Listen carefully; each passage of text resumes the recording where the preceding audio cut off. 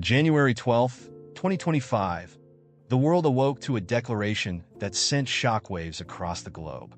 In a surprise address from Mar-a-Lago, President Donald Trump announced his most audacious proposal yet.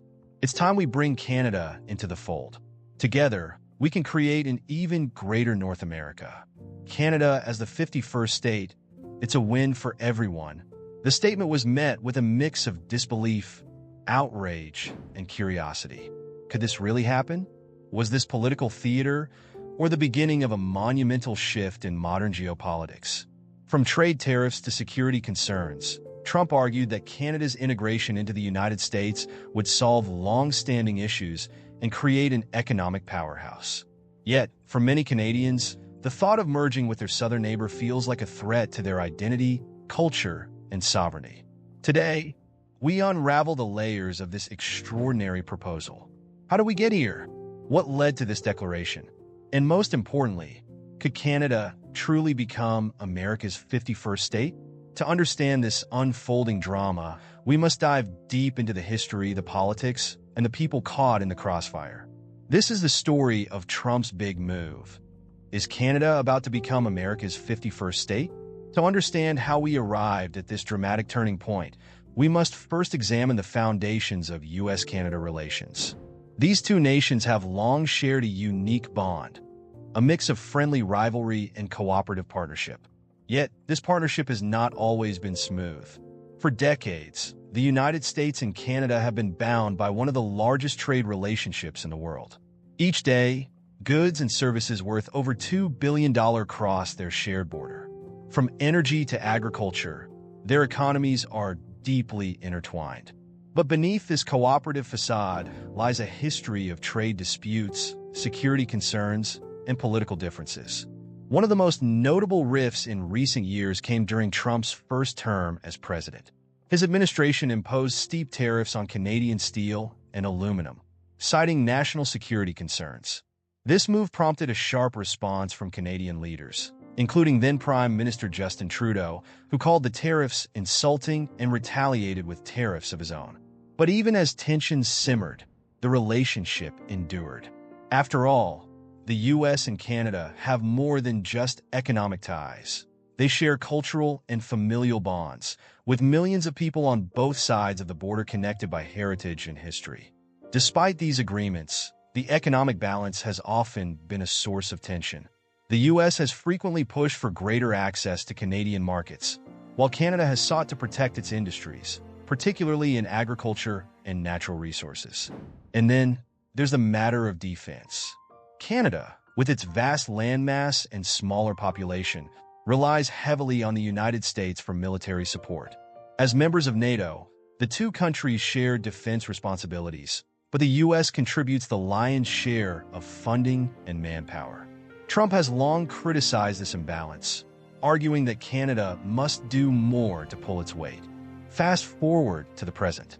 In late 2024, as Trump prepared to return to the presidency, he doubled down on his belief that Canada's reliance on U.S. defense and trade policies was unsustainable.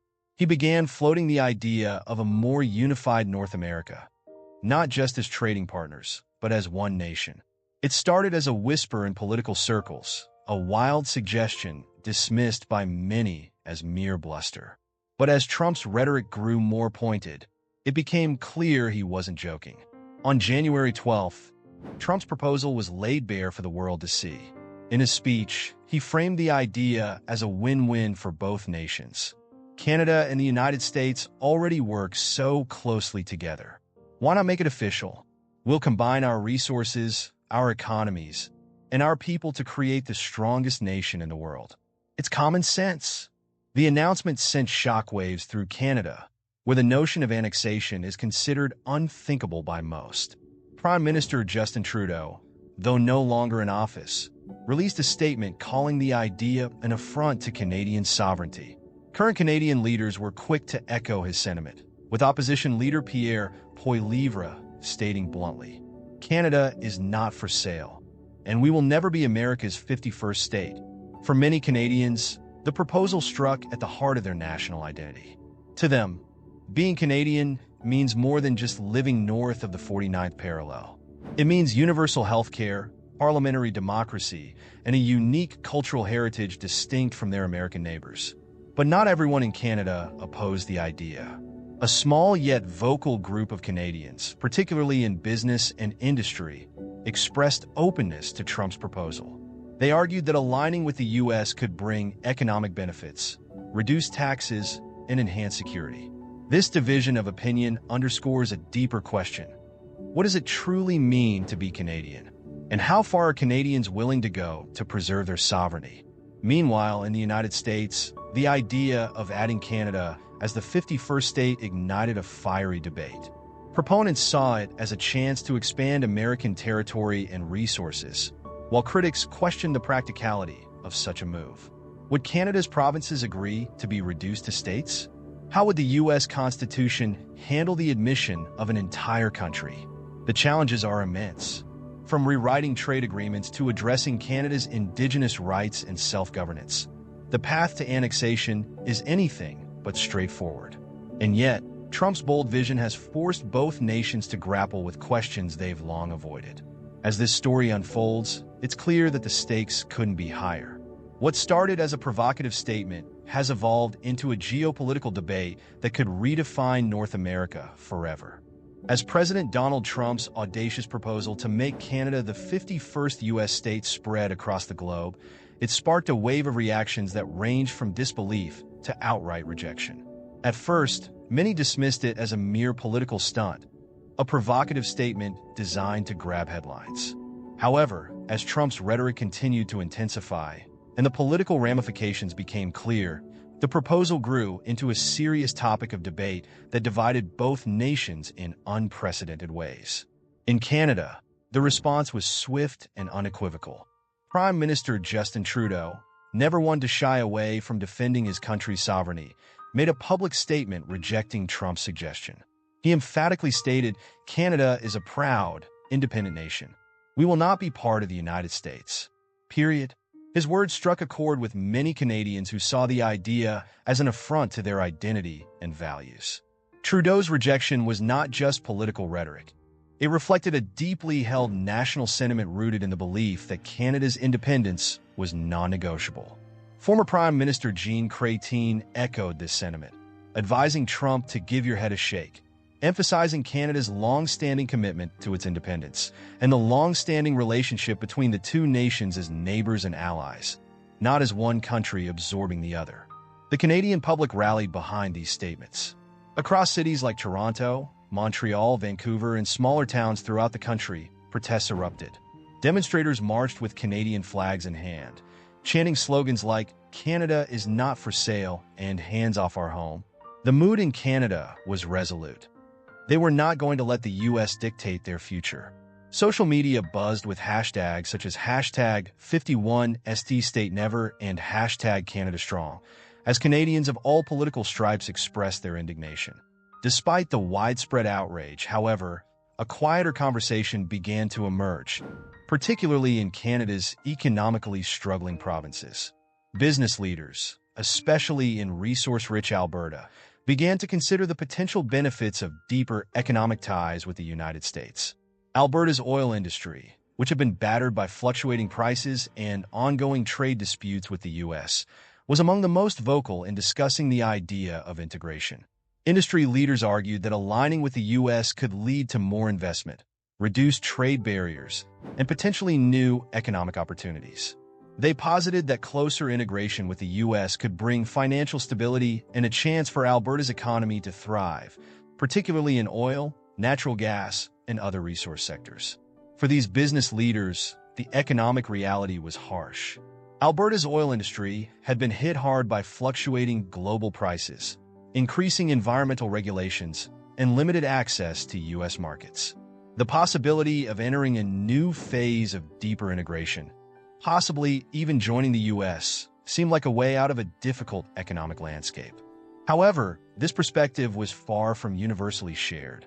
Many Canadians rejected this argument outright, seeing it as too transactional and dismissive of the cultural and political differences that set Canada apart from its southern neighbor. For them, The cost of such a union would be the erosion of Canadian identity and the loss of what made their nation unique. On the U.S. side, reactions were similarly polarized. Supporters of Trump's proposal viewed it as a bold, strategic move, an opportunity to expand U.S. influence and resources. Trump himself framed the idea as a win-win for both countries, arguing that Canada's natural resources, agricultural output, and economic potential could complement the United States' strength, creating an even more powerful North American bloc.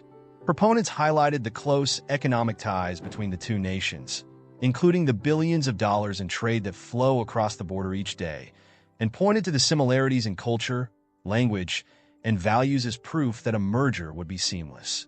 Some American commentators saw Trump's vision as the ultimate expansion of American power, suggesting that the U.S. could benefit from Canada's vast reserves of oil, timber, and minerals. They argued that with a more integrated economy, both countries could bolster their global standing, especially against rising powers like China and Russia.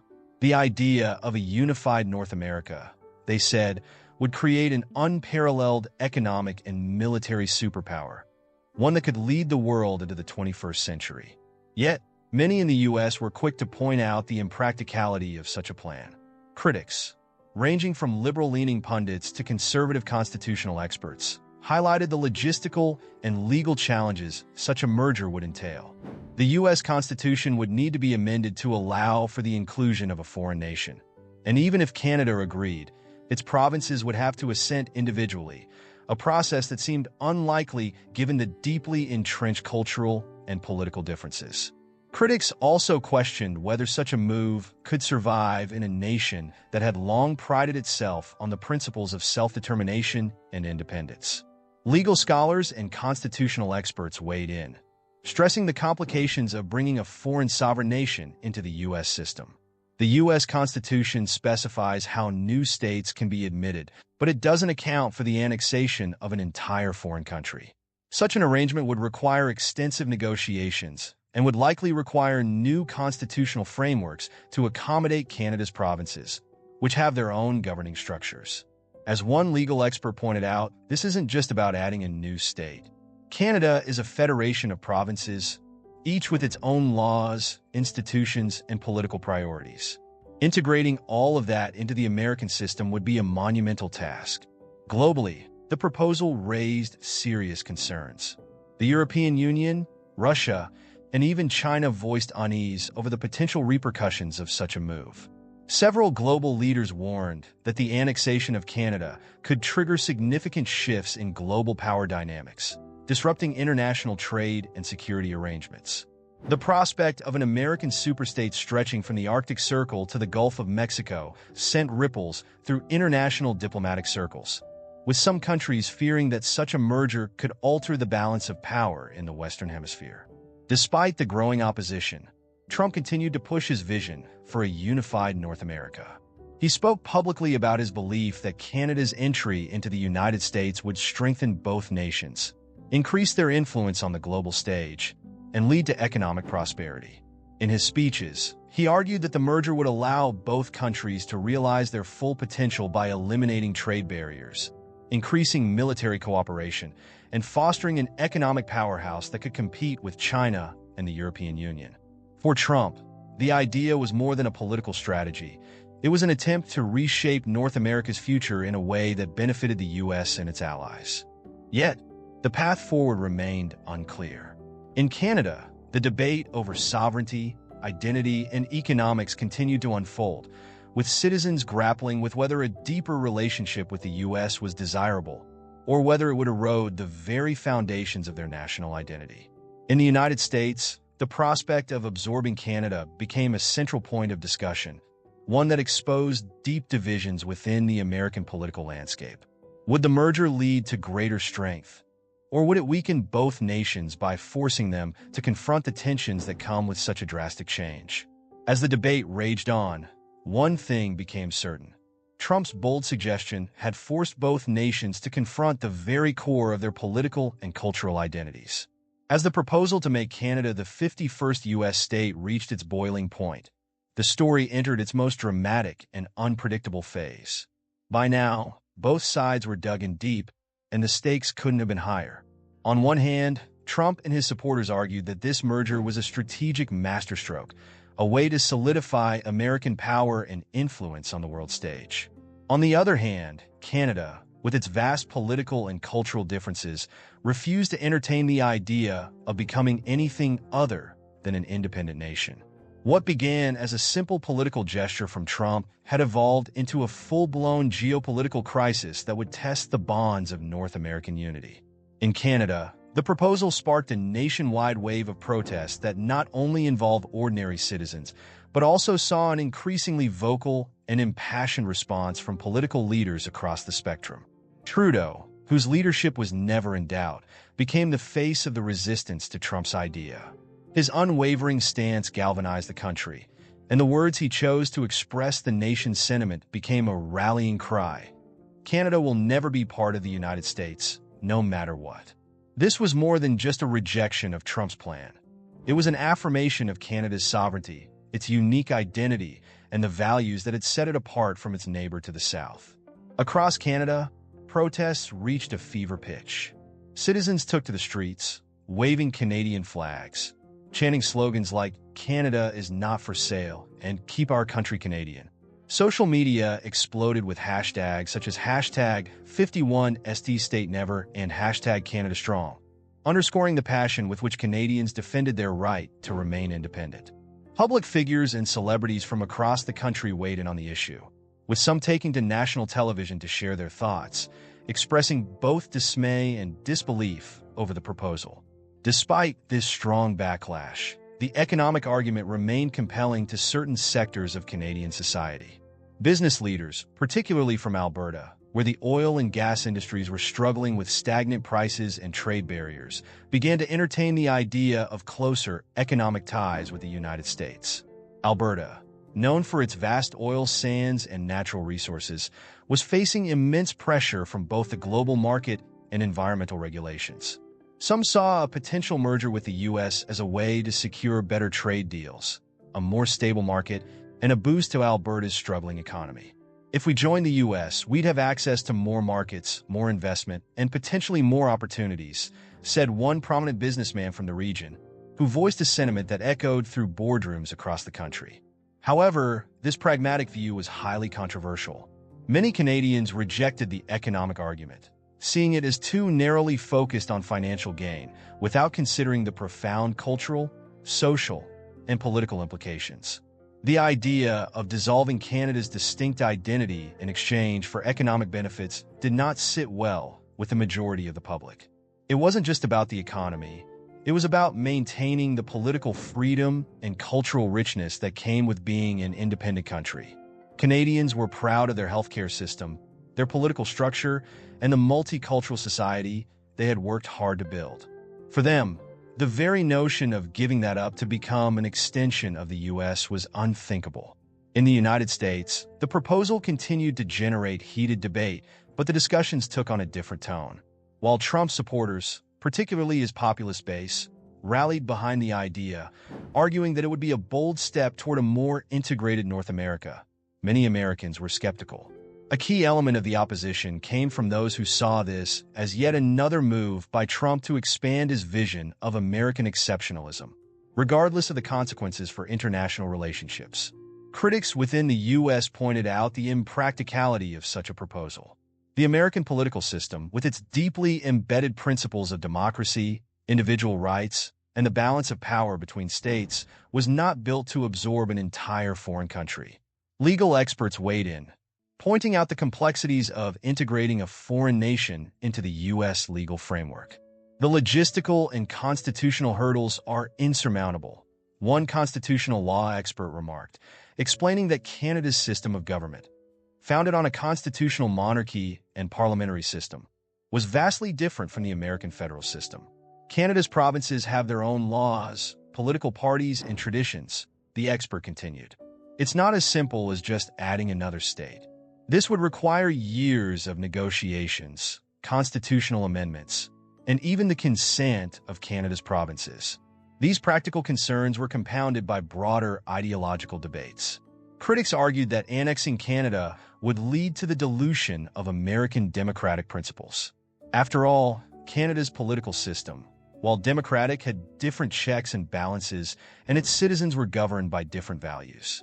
Canada's relatively progressive policies on healthcare, education, and immigration were seen by some in the U.S. as antithetical to conservative principles, creating even more tension. The mere suggestion that these two countries, with such different political landscapes, could seamlessly merge felt like a far-fetched fantasy. But Trump remained resolute, even as the political winds shifted. In public speeches, he continued to tout the benefits of a unified North America. He argued that Canada's natural resources, its oil, minerals, timber, and agricultural products, would be a valuable asset for the United States, and that by coming together, both countries could weather the economic storms that were challenging the world. He even suggested that tariffs on Canadian goods could serve as leverage to persuade the Canadian government to reconsider, turning what was once a friendly economic partnership into a more transactional relationship. For some in Canada, this coercive approach fueled their resistance even further. Economic pressures from the U.S., along with Trump's unapologetic rhetoric, began to strain relations between the two nations, pushing them closer to the edge of diplomatic breakdown. Yet, for all his attempts to pressure Canada into submission, Trump faced mounting opposition, not only from Canada, but also from the international community. The idea of annexation sent shockwaves around the world, drawing responses from world leaders, foreign governments, and international organizations that all emphasize the importance of respecting national sovereignty. Global trade partners, especially European nations and Asian powers, warned against the destabilizing effects such a dramatic shift in North American geopolitics would have. In the end, after months of mounting tension, protests, and political maneuvering, the proposal for Canada to become the 51st state was quietly shelved. Trump's idea, once at the forefront of global discussions, began to fade from the public consciousness, overtaken by other political developments. The conversation had forced both Americans and Canadians to reconsider their political and cultural identities, and for Canada, it reaffirmed the importance of its sovereignty. For the United States, the proposal highlighted the complexities of national integration and the limits of presidential power. While Trump may have lost this battle, the reverberations of his proposal would be felt for years to come. Ultimately, the story of Canada becoming the 51st state became a cautionary tale, a reminder that even the most audacious political ideas can have profound consequences. For both nations, it was a moment that pushed them to reflect on what it meant to be a nation, to be independent, and to stand firm in the face of global pressures. Whether or not the idea was ever truly serious, its impact was undeniable. It ignited a fierce debate about sovereignty, identity, and the future of North